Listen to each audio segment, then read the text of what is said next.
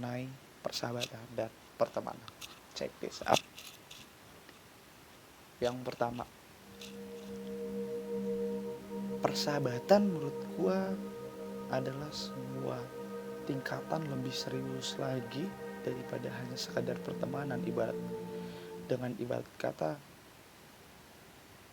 sebuah level pertemanan ialah level pertama, dan ini adalah level dasar yang pasti semua orang punya, yang dipastikan semua ada pernah melakukannya. Lalu masuk ke level kedua, dimana itu yang disebut persahabatan. Ini adalah level kedua dari sebuah perkenalan, perjumpaan. Jadi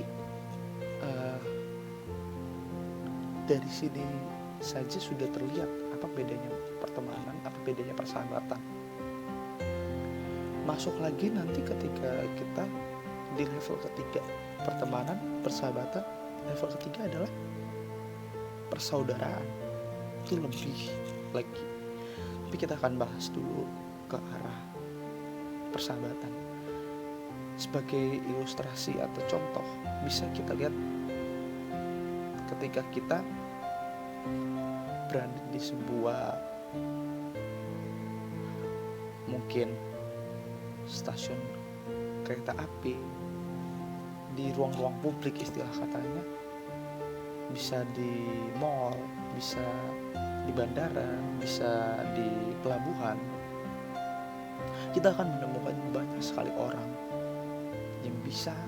yang mungkin baru saja kita temukan pada saat itu, yang bisa menjadi teman kita, tapi belum tentu itu bisa jadi sahabat kita. Sama halnya dengan kamu iba dengan seseorang, lalu kamu ajak ke rumah, tapi ketika dia menceritakan sebuah cerita dalam tanda kutip yang mengharukan, akhirnya kamu berbelas kasihan. Kamu mungkin akan memberikan sebuah uang atau hal lain yang intinya kamu kasihan, tapi tidak dalam tanda petik ingin menempatkan dia di rumahmu karena kamu baru kenal. Tapi beda cerita ketika ada saudara yang datang atau sahabat karib yang sudah lama datang karena dia tidak punya lagi harapan lagi di tengah masalahnya, lalu dia datang ke rumahmu tanpa dan menceritakan segalanya, dan kamu akhirnya merasakan iba. Nah, disitulah muncul kebijaksanaan kamu karena sudah dilandaskan dengan sebuah perasaan yang menyatakan bahwa dia adalah sahabat, dia adalah bagian dari diri saya sendiri. Itu adalah sebuah arti sahabat menurutku. Sahabat dimana saudara yang kedua dari yang kau punya. Saudara pertamanya ialah saudara kita pertama ialah keluarga kita sendiri. Itu adalah saudara kita yang batin, saudara kita yang saudara sedarah.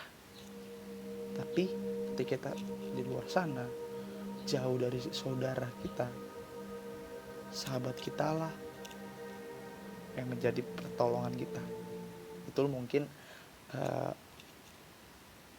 latar belakang atau pendahuluan mengenai apa sih bedanya pertemanan, apa sih bedanya persahabatan, apa sih bedanya persaudaraan.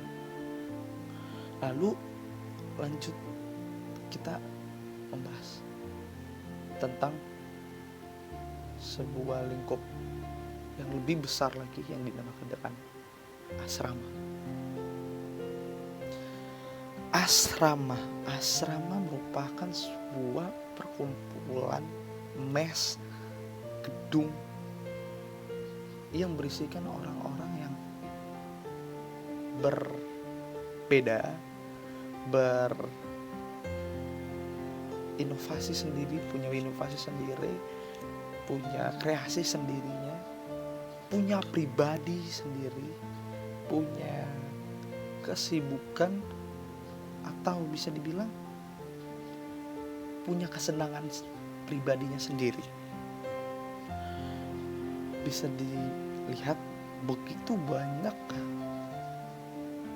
orang di asrama, berarti begitu banyak kesibukannya sendiri, begitu banyak kesenangannya dia sendiri, begitu banyak juga kepribadian orang-orang di dalam asrama tersebut.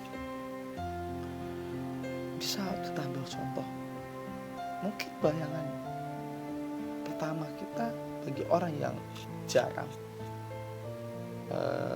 bisa berpergian atau baru pertama kali mencoba apa yang dinamakan asrama, atau baru pertama kali ngekos, itu adalah suatu shock kultur yang membuat dia kaget pastinya, dimana biasanya semua bisa dilakukan berdua, semua bisa dilakukan bertiga, semua bisa dilakukan bersama-sama.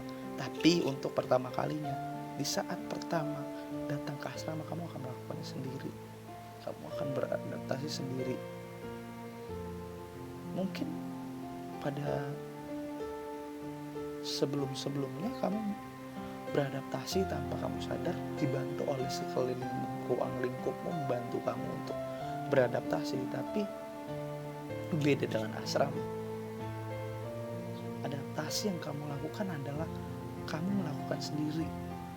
Kamu yang dipaksa untuk melakukan segala sesuatunya untuk mengetahui apa yang ingin kamu ketahui di ruang lingkup tersebut. Bukan ruang lingkup itu yang memaksa kamu untuk memberi jawaban akan apa yang ingin kamu ketahui, tapi kamu yang memaksa dirimu untuk mengetahui apa yang terjadi di ruang lingkup tersebut pastinya. Begitu banyaknya tantangan, pasti begitu banyaknya masalah, begitu banyaknya. Di samping itu semua pasti juga kita akan menemukan yang dinamakan persahabatan itu juga. Persahabatan dan pertemanan, seperti yang sebelumnya saya katakan, di awal pasti kita mungkin 2 minggu apa 3 hari apa baru pertama kali pertemuan, kita bisa menemukan yang dinamakan teman. Tapi belum tentu dengan sahabat. Kita bisa menemukan atau memakai seakan-akan dengan insting, ini adalah sahabatku. Ternyata 5 bulan kemudian dia mengkhianati kita, atau kita dibuat kecewa padahal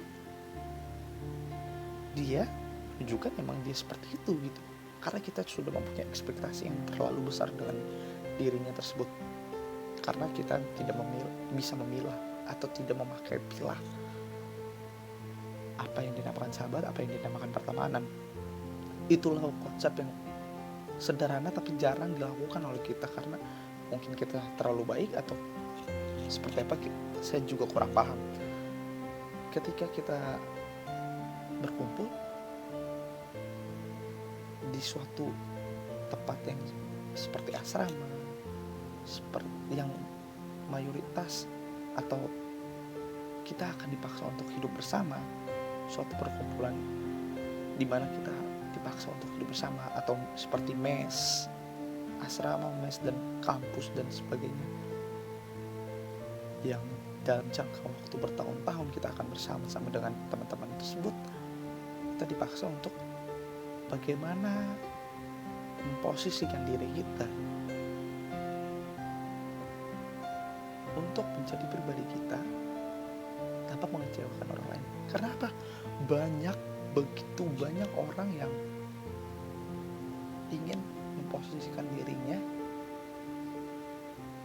mengikuti keinginan orang lain.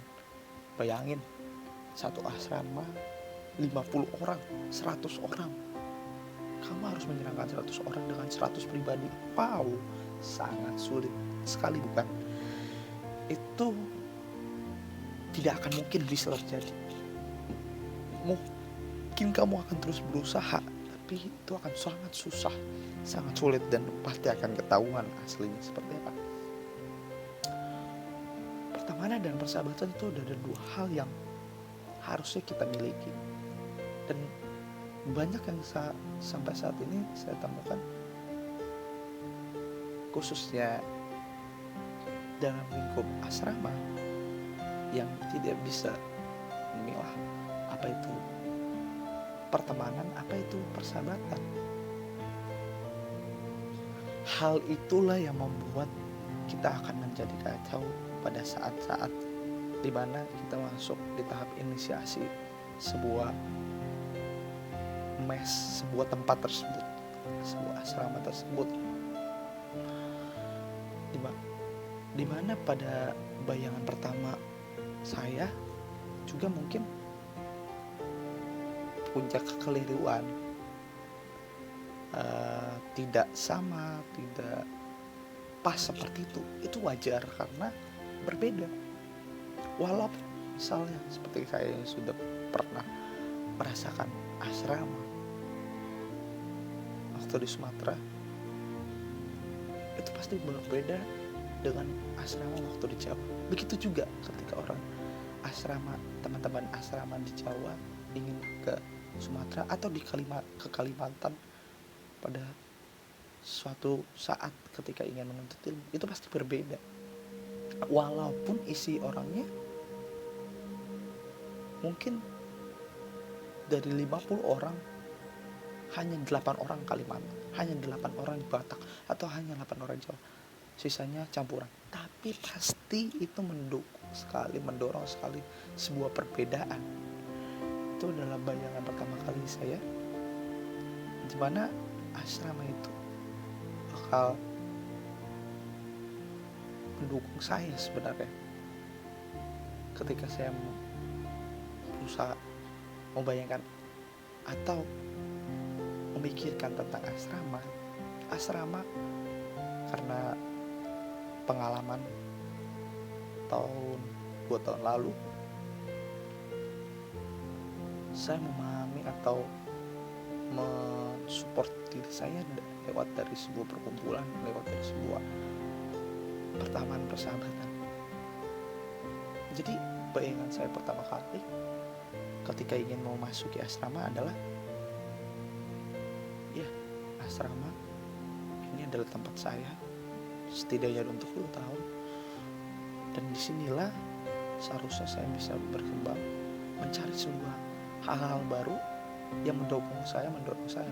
Karena bayangan saya terus untuk ketika beraneka ragam, saya membayangkan hal yang positif, dimana ketika kita beraneka ragam budaya, beraneka ragam sifat, dan berusaha untuk tidak, seperti yang tadi bilang, tidak memasuki sifat tersebut untuk memaksakan sama dengan sifat pribadi kita akan menemukan hal-hal baru, hal-hal yang kreatif.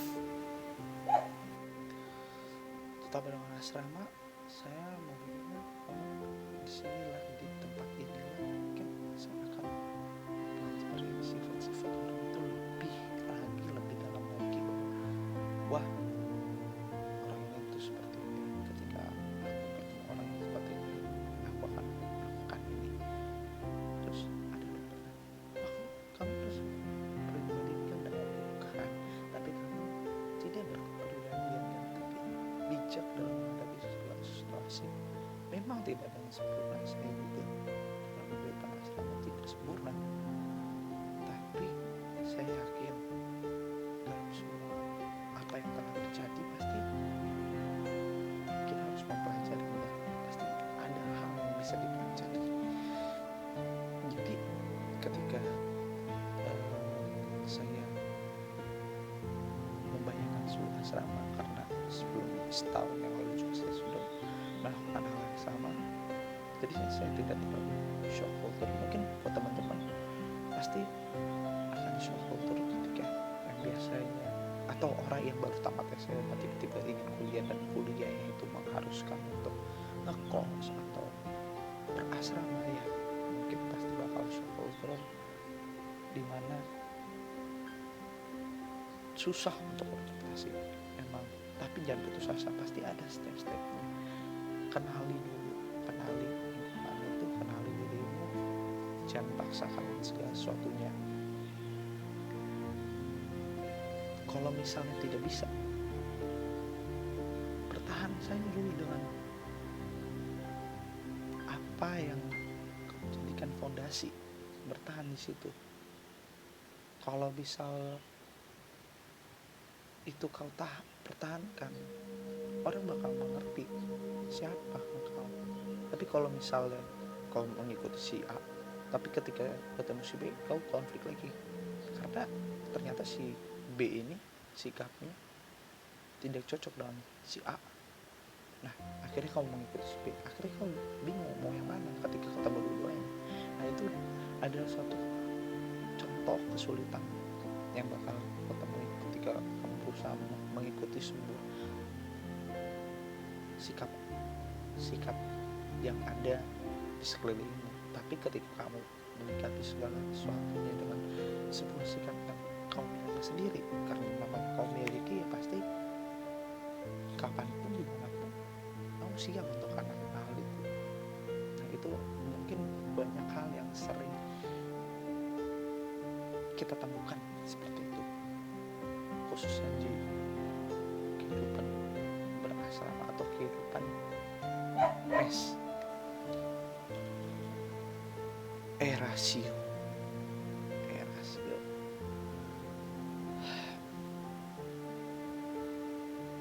pendapat atau pandangan tentang rasio begini. Saya berpikir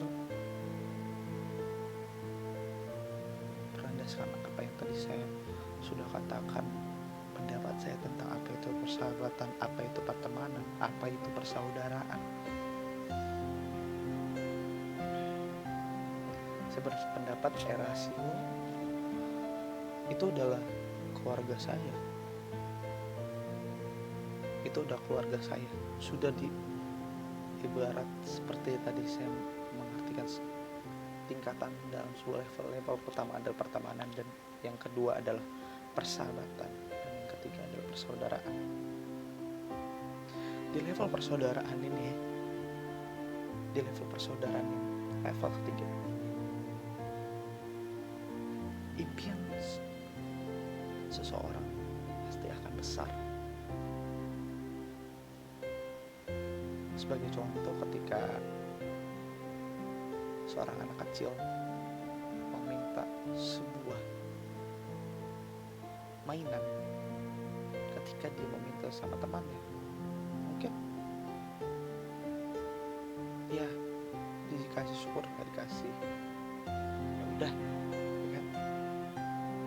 Karena namanya teman, seperti yang saya bilang, dia baru pertama kali atau ya hanya sekedar saja saat bermain dia ada, itu ada teman.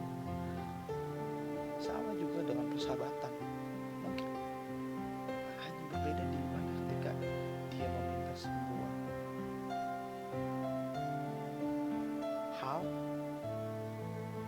sebuah hadiah atau apapun itu, ketika terjadi sebuah peristiwa istimewa, mungkin sahabat-sahabatnya mengerti dan akan memberikan sesuatu. Tapi setelah itu ya sudah selesai di situ, dan lebih ke arah dia memberikan sebuah kehangatan pada saat itu. Kehangatan pertemanan mungkin memberikan sebuah kegembiraan pada saat itu. Kehangatan diberikan oleh atau persahabatan mungkin memberikan kehangatan pada saat itu. Lalu dengan persaudaraan. Karena banyak saudara, ada saudara kandung, ada saudara-saudara. Ini adalah saudara di mana ketika hidup bersama-sama dengan dia, berjalan sama dengan dia, kau mau tahu sikap dia, kau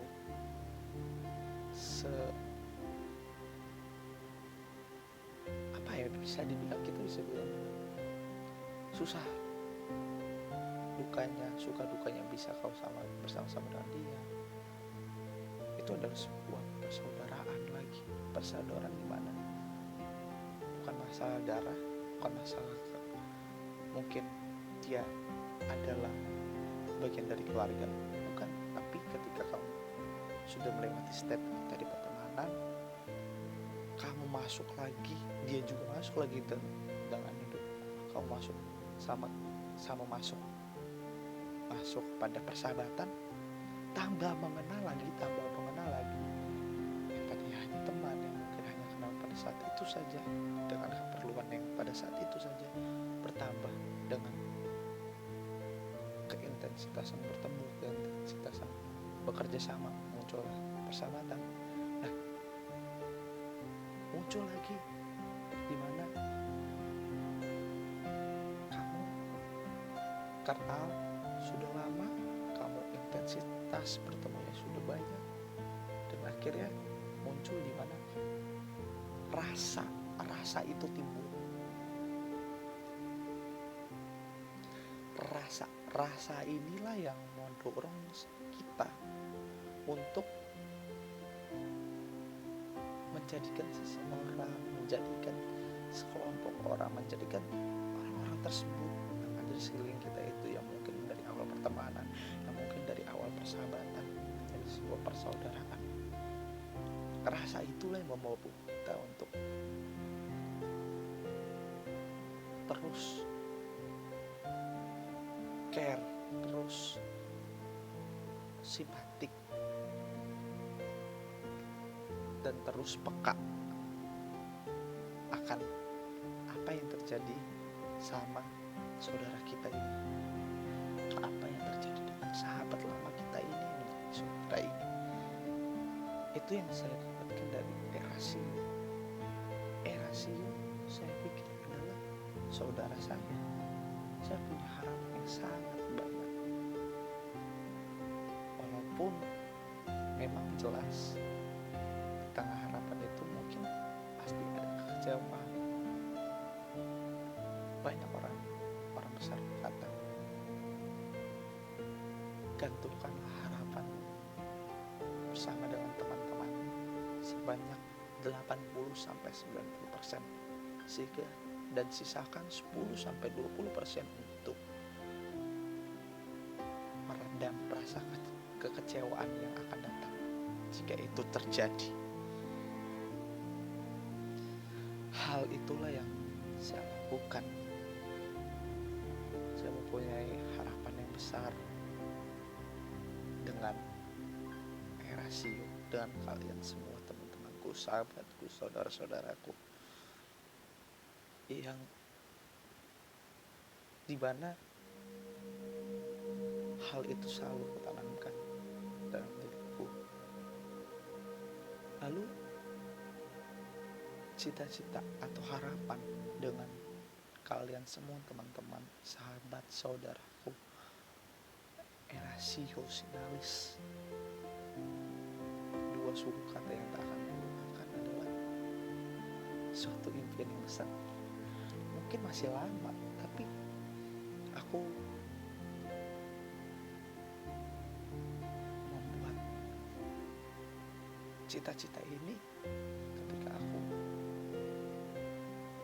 berkenalan dengan kalian, berteman, bersahabat dengan kalian, dan akhirnya kita sudah menjadi saudara. Ya, aku menjadi suatu cita-cita dan harapan yang mungkin saat ini mungkin lucu karena masih terlalu jauh, tapi aku tidak mau menyepelekan segala sesuatu cita-cita atau harapan itu, karena itu adalah suatu hal yang pasti kita akan hadapi bersama. Apa itu? Hal itu adalah ketika kita sudah menjadi pendeta, ketika kita sudah melayani, ketika kita sudah menjadi seperti apa yang kita inginkan. Saat kita menapakkan kaki di asrama, menginjakkan kaki di asrama, menitipkan segala cita-cita kita di asrama, cita-cita kita selama di asrama bersama-sama berkuliah, itulah suatu harapan kembali. Ketika kita sudah menjadi seorang apa yang kita inginkan, sesuatu yang apa yang kita inginkan, sesosok apa yang kita inginkan, apa yang kita cita-citakan, kita masih bisa kontek-kontekan, kita masih bisa cerita-ceritakan. Kasarnya mungkin sedikit konyol ya, kita bisa tukar mimbar bersama, kita bisa menceritakan dulu itu seperti ini.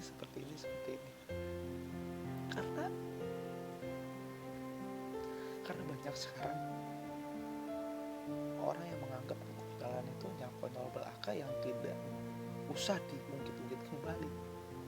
Padahal kekonyolan itu adalah hal yang seharusnya bisa kita simpan untuk nanti ke depan kita akan merefleksikan diri kita sendiri. Ternyata seperti ini. Ternyata saya seperti ini. Ternyata kamu seperti ini. Hal itu yang saya impikan, dimana kekonyolan kita yang bisa kita simpan sekarang menjadi suatu harapan yang akan kita laksanakan, dapat merubah kita suatu yang akan datang. Singkat cerita, aku akan selalu menantikan proses ini, aku akan selalu memperhatikan, aku akan selalu merasakan setiap proses yang Tuhan sudah berikan kepada kita semua, untuk semua itu bisa tanam kembali, bisa kau ingat-ingat kembali kelucuan apa yang telah kita buat, kekonyolan apa yang telah kita buat, untuk kurefleksikan nanti ke depan bersama-sama dengan kalian semua. Harapanku adalah hanya itu, dimana kita bisa bertemu kembali nanti suatu saat di tengah tugas-tugasnya yang begitu padat, di tugas-tugasnya masing-masing kita masih rela untuk bertemu kembali, berkumpul bersama, menceritakan keluh kesah mungkin bagaimana nanti, atau bagaimana jemaat di sana, bagaimana kabar gereja pelayanan di sana, atau mungkin pendek cerita kalau misalnya hal itu masih terlalu jauh, kita pikirkan ketika stase, bagaimana pengalaman stasemu di sana. Kalau kamu pengalaman stasemu di Sumatera atau di Jawa sana gimana, atau di Manado sana gimana, kita bertukar informasi terkait begitu, masing-masing dengan segala pengalaman teman-teman yang ada. Itulah keinginan terbesarku, and I think we can do that. Salam